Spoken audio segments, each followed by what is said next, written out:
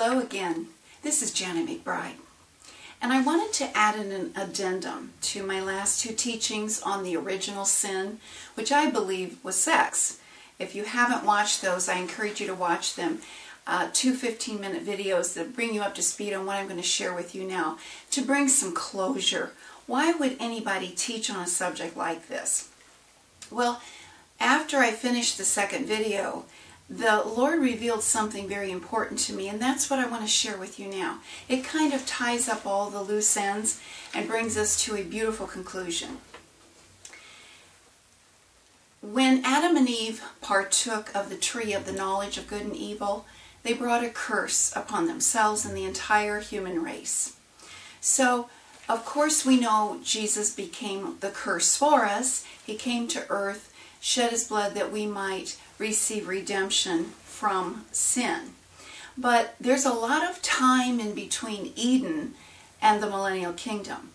Now let me tell you how I see the scriptures directing us into this journey of 1,000 days, 1,000 years, 1,000 years, and how this curse is reversed.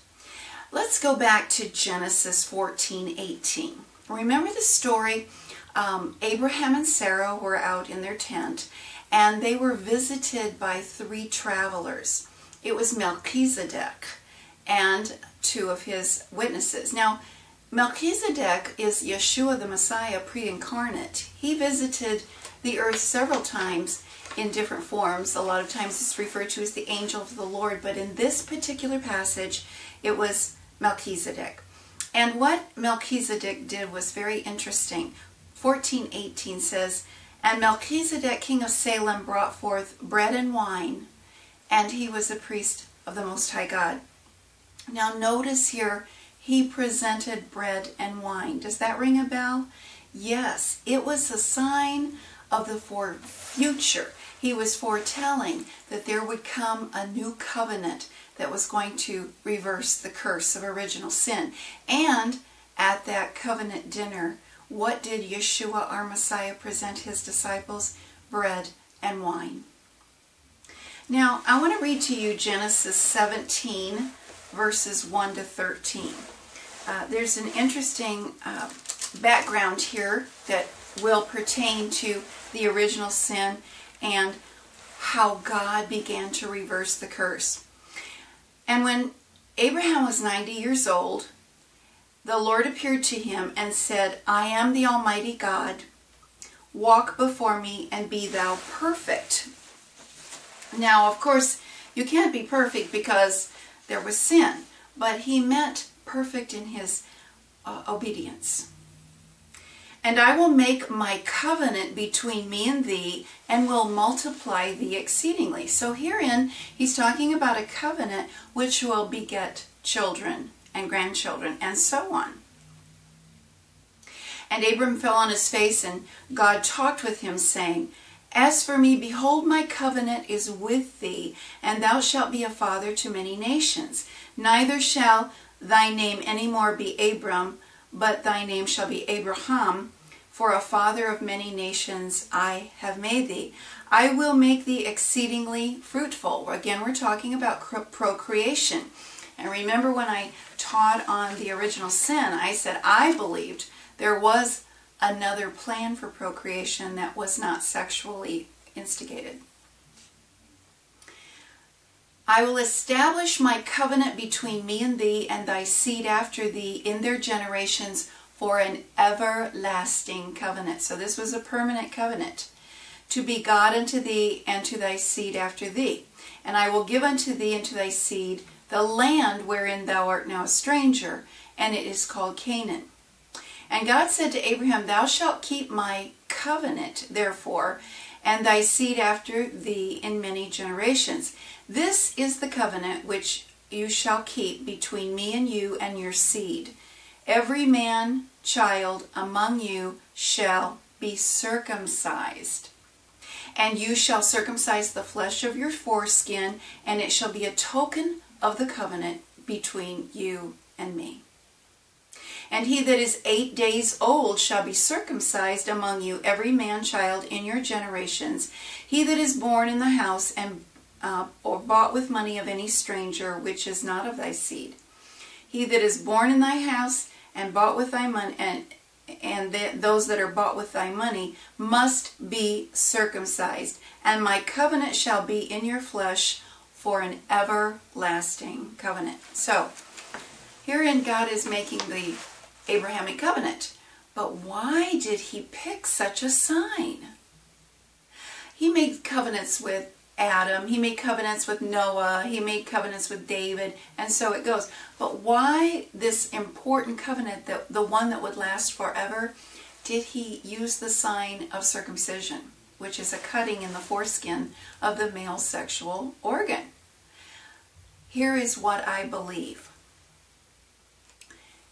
Because I believe the original sin was sexual, and that before Adam and Eve gave in to the temptation of the serpent, they were not sexual beings. They were male and female, but that didn't mean they were sexual. They were gender, but they were not sexual.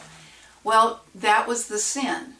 And now the new covenant is being made, but God is going right to the heart of the matter, so to speak, because every time he said, you will see this, you will be reminded of my covenant, and it will be forever. Circumcision was the cutting off of the original sin. Now, many things had to happen between the Abrahamic covenant and the crucifixion and resurrection of Jesus, but it was to be done whether you were Jew or Gentile, whether you were adopted into the tribe or not. Circumcision was the sign, and it said that it would be done on the 8th day. Now, in Luke 2:21, regarding the Messiah, the Christ child, it says, and when 8 days were accomplished for the circumcision of the child, his name was called Yeshua, which was the name so the angel before he was conceived had given him. Now, why 8 days? Why 8 days? Well, there's a good reason. On the 8th day of a child's life, after he was born, science now tells us that the vitamin K level in the child's blood is at the highest that it will be in that first year. And when vitamin K is high, it is needed to clot blood, so that when the circumcision, the cutting in the flesh was done, there was little to no bleeding. There was no trauma. See, God had this planned all along. This is amazing. Then, the 8th day is also a representation of new beginnings in the Hebrew language. Also, the 8th day represents the millennial kingdom. The Feast of Unleavened Bread and the Feast of Tabernacles last 8 days. And in the Gospel of John, it talks about the last day, the great day, the 8th day of the feast. So 8 is a significant number, and that was the day on which the male child would be circumcised. Now let's fast forward, keeping in mind what Melchizedek offered Abraham when he came to see him. Matthew 26-29. And they were eating, and Jesus took bread and blessed it, and he broke it and gave it to his disciples, and said, take and eat of my body. And he took the cup of wine and gave thanks and gave it to them, saying, drink ye all of it, for this is the blood of the new covenant, which is shed for the remission of sin. But I say unto you, I will not drink of this cup until the day when I drink it new with you in my Father's kingdom. Now, there's a lot of information in just these 3 verses. First of all, remember, when Melchizedek came to Abraham, he offered him bread and wine, the 2 symbols that Jesus would use when he introduced the new covenant.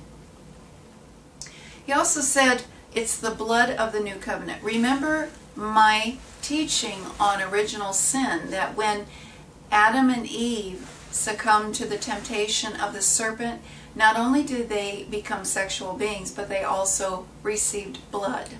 Up until that time, they were always referred to as flesh and bone. And afterwards, there was blood.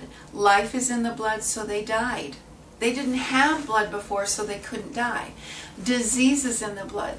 Before they sinned, they didn't have blood and they didn't get sick. They didn't age. And sin is in the blood. before they had blood, they were sinless. So now the blood had to be shed, and that was the cup of the new covenant.